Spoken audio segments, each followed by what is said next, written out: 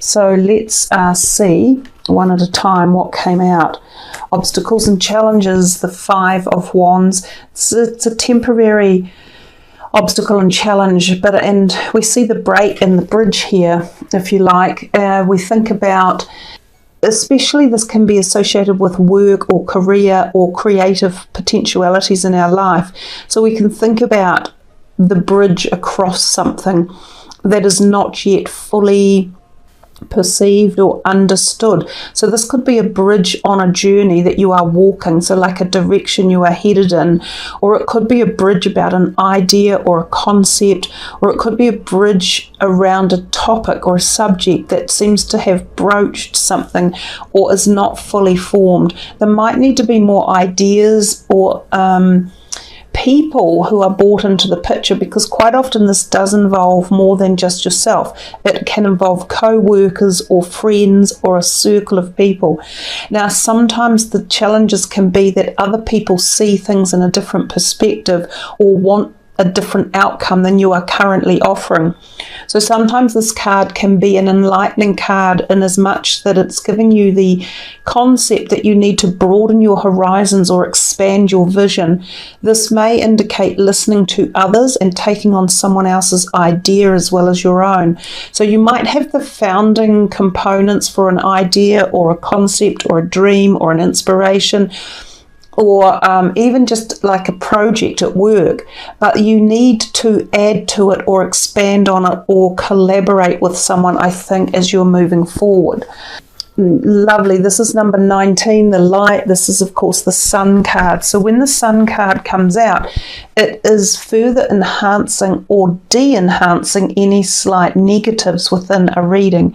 So given that it came right next to this obstacles and challenges, and I said I felt this was a temporary transition, I'll stand by those words and say that if any of you are feeling some sort of block or haltage or backwards grinding in this beginning part of February, possibly even January, then not to worry and to focus on the light, to bring in ideas, cooperation, resources, fulfillment, movement, new birth of something new as well. So if this bridge that was broken here was stopping the concept of a new idea as well, then the light can help harness that and bring it in. Now remember, I just mentioned at the beginning of the reading that we had just had the solar eclipse.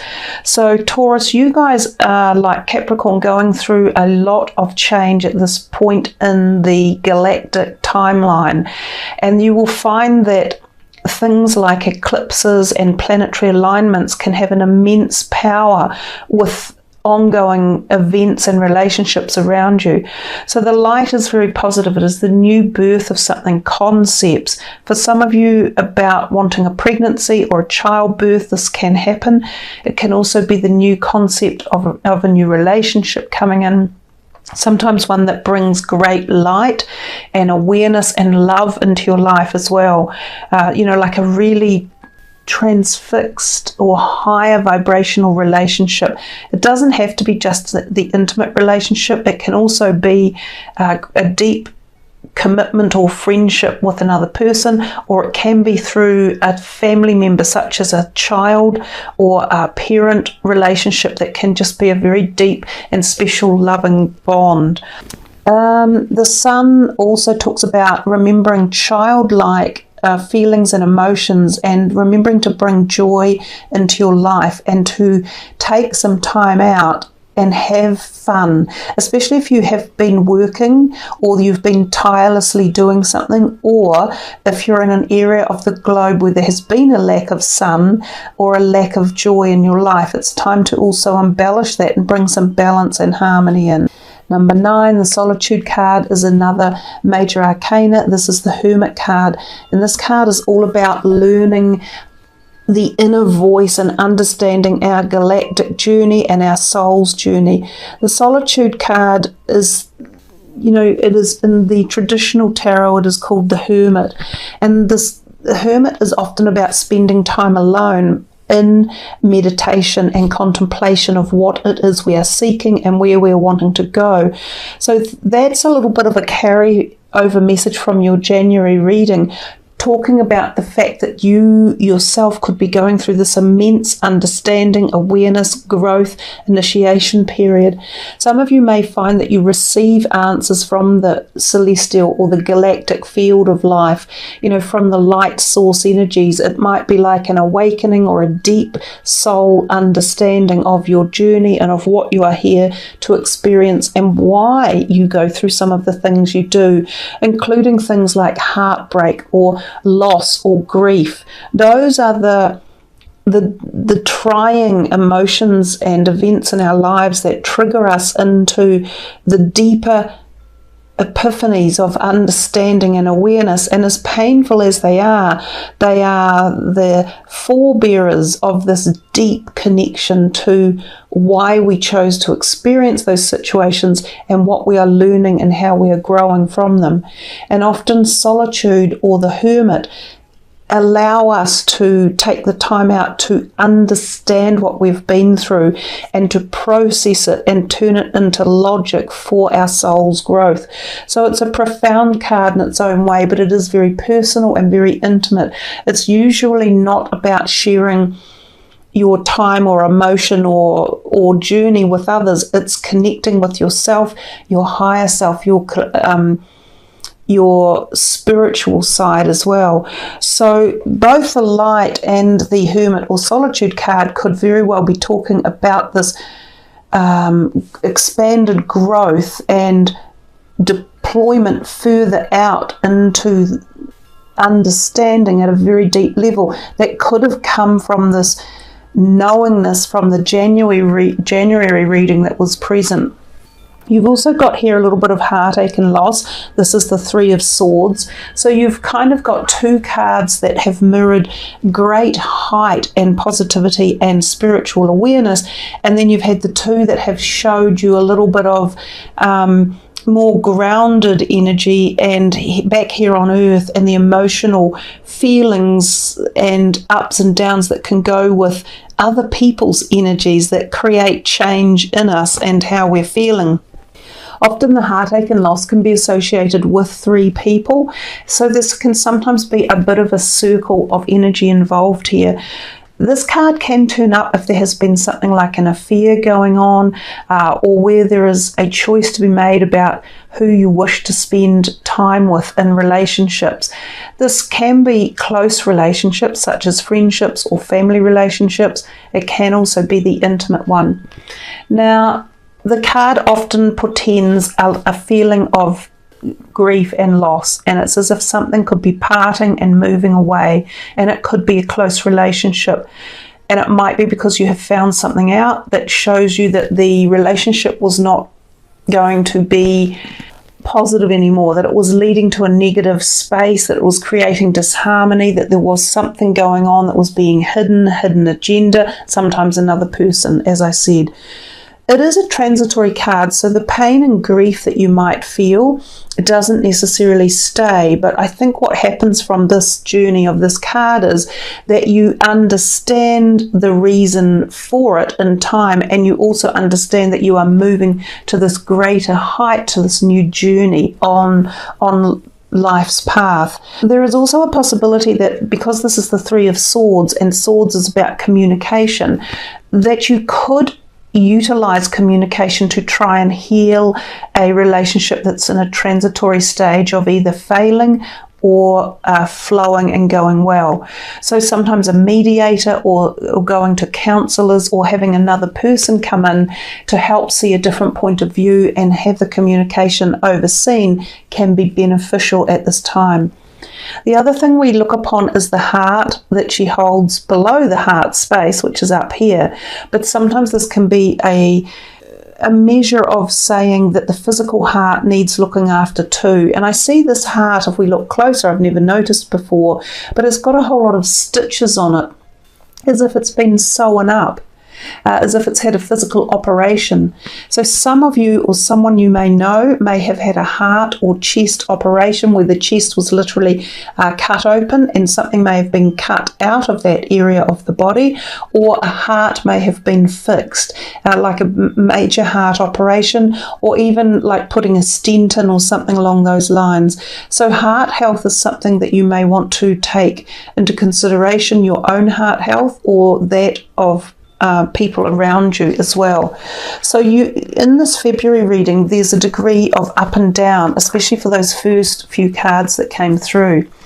If we go to this deck here, which is the Doreen Virtue Daily Guidance deck, it looks as though it's upside down. It's kind of irrelevant. They'll come out the way they're meant to come out. These are very light in terms of the other cards here, which are a little bit more intense. And I think that the intensity readings are really good for right now because they help us to connect at the higher level and to kind of face things that we need to be thinking about and address different situations. That first card out is Cleanse and Detoxify. Now, it could go very closely with the heartache and loss right next to it, because cleanse and detoxify is not just about the things that we might have taken in over the Christmas or the festive holiday period, you know, a little bit of overindulgence, whether it be food or alcohol or passion or, you know, shopping. This card is the invitation to take some time out and really put some pure energy back into your body, in particular through diet, through meditation, through peacefulness, through mindfulness. But it is also about helping to detoxify our thoughts and our spiritual or auric body as well. It could be that any thoughts or grief or anger or resentment that could be going on through this card over here, they're asking you to detoxify that to allow the next step or phase of growth to come through. So this is for Taurus for February. It feels like you guys are cleaning something out of the cupboards. It's as if you may have got to this point in the bridge, in the road, where you felt something was broken and you've thought, well, actually, I'm thinking I'm going to clean it out. I'm going to take the steps and be the person who says, no, I won't go on a broken bridge anymore or a broken journey. I want to reach my own perfection or my own understanding. My life is about me and I am the most important in it. And from that perspective, I'm going to pay homage to myself and to listen to the light messages and to understand that I can fuel my own soul and journey with this light energy that is coming in, and with this energy for my steps forward without toxicity around me, I can create a clean atmosphere and a clean body of mind and soul as well. You know, there's a lot of talk about the fact that these are very, very karmic times as we move through this particular timeline in the early 20s, that not just for Taurians but for everyone, there's this unwinding of the karmic penance that has been wrought around our necks. So a lot of karmic issues are falling by the wayside and we are free to move on. You know, we can cross this broken bridge. We're no longer held back or tethered. You can look upon these cards that are coming out, even though they might be sort of light, they're giving you the indication that there's freedom. You know, what more do we want than freedom as well? Freedom from being upset, freedom from grief, freedom from being lost. Freedom is coming to so many in so many different ways. You guys also got Cupid which is a lovely one. That is the angel of love. Of course, it's quite often romantic love. So for some of you, new romance could be blossoming, and this is what the sun can also represent. And it could be blossoming after a period of heartache and loss that some of you have been through. It could be a 3-month period, 3 weeks, or even 3 years for some of you that have been holding on to some sadness or grief around the loss of love or romance. And the timing might be right now to set up this Cupid energy if you are looking for new close love in your life. When the Cupid turns up, be prepared or ready or excited about the prospects of love energy coming in, and romantic love indeed. So we come to these 2 decks that are left now. And this is a fairly new deck. I haven't used it a great deal, but it's very powerful. It's an interesting conundrum. I'm not sure if this is the case because I haven't really looked into it that much. But the author's name is Nari Anastasia. And I often get the feeling when I'm dealing with these cards that it's got an Australian energy. I'm not sure, as I say, they may not be. But I've always had the feeling of Australia with these cards. And of course, right now, Australia is in a crisis mode. And again, it's part and parcel of a whole karmic life that is ebbing through and making deep changes. So we see it globally, we see it collectively, and we see it individually. So this is for Taurus. What would you like them to know for February? What could they focus on to learn or understand for Taurus for February? Yeah, you're being asked to let go of something. And interesting, you've got 2 number 19s, and 9 and 1 adds up to 10, which is a 1. And the solar eclipse is on the 10th. So there's a number 1 energy, like that's new beginnings in most people's minds. So there's a 1 energy coming through. You had a lot of the 8 energy, and there's the 8 over there. You had a lot of the 8 energy in your last reading. So this time you've kind of transitioned into the number 1, which you've jumped number 9, but in essence you haven't, because there is number 9. So we've gone from 8 to 9, and then if you learn this or understand the hermit energy or the solitude, and you incorporate that somehow, then you'll come through to the next level, which of course is the number 1. So this let go energy, and we look up and into the night sky there, and into the celestial rapport of the cosmos energy, forever moving and siphoning through information and timelines and experiences, which is what we do as humans on the much smaller nature than the galactic spiral of life. But letting go of something that has been grasping at you, has been capturing you, has been holding you down or weighing you down. So by letting go, you get this freedom, this tentacle movement, allowing you to go up towards the light like this. So what I will do for this card in particular is I'm going to read the messages because they're quite significant. So I will read for you what this one is about. It is time to relinquish your need for control and let the leaves fall as they may. If you have drawn this card, it is time to relinquish your need for control and release your tight grip on how you think the world and everyone in it should be. Letting go is an emotional, spiritual, physical, and mental process of releasing yourself to the universal spirit of love. It's giving up your need to control the outcome of every situation and the control of the people you hold most dear. This period can be challenging in many ways, and Spirit asks you to have faith. Have faith that the universe will guide you and send forth the outcomes that are needed for your journey.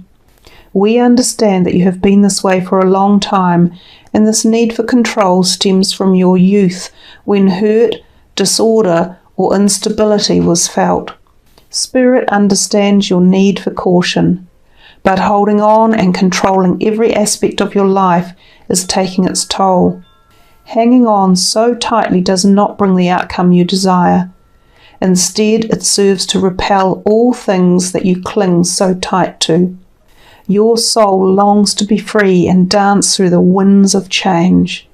If you deny this part of you the freedom to play, the universe will send the right situation or person to help unlock the free-spirited child in you. This may come at a time not suited to your plans and may leave you feeling vulnerable and confused. Dear one, it is time. It is time to let go. Letting go of your need to control will set you and others free. And there's a prayer that you can use. Great Spirit, please give me the strength to let go all that I cling to. Divinely guide my thoughts, words and actions with love and understanding. The chakra that this is associated with is the solar plexus. And it's interesting that I mentioned too that the light card was asking you to have more joy and fun in your life. And sometimes when we've been through a period of either grief or loss or, feeling as though we can't control everything because others want to put their 2 cents worth in, and we find it causes a gap or an inaccessible bridge in our directions or our intentions or our morals or ethics, we become trapped, we become lacking of light and love and joy and happiness. So this is the time to really leap into understanding about the need to let go, to drop off what doesn't serve you, what has been confronting, what hasn't gone your way, what hasn't benefited you, and then focus on the positives and the light and the buoyancy and the activation and the happiness.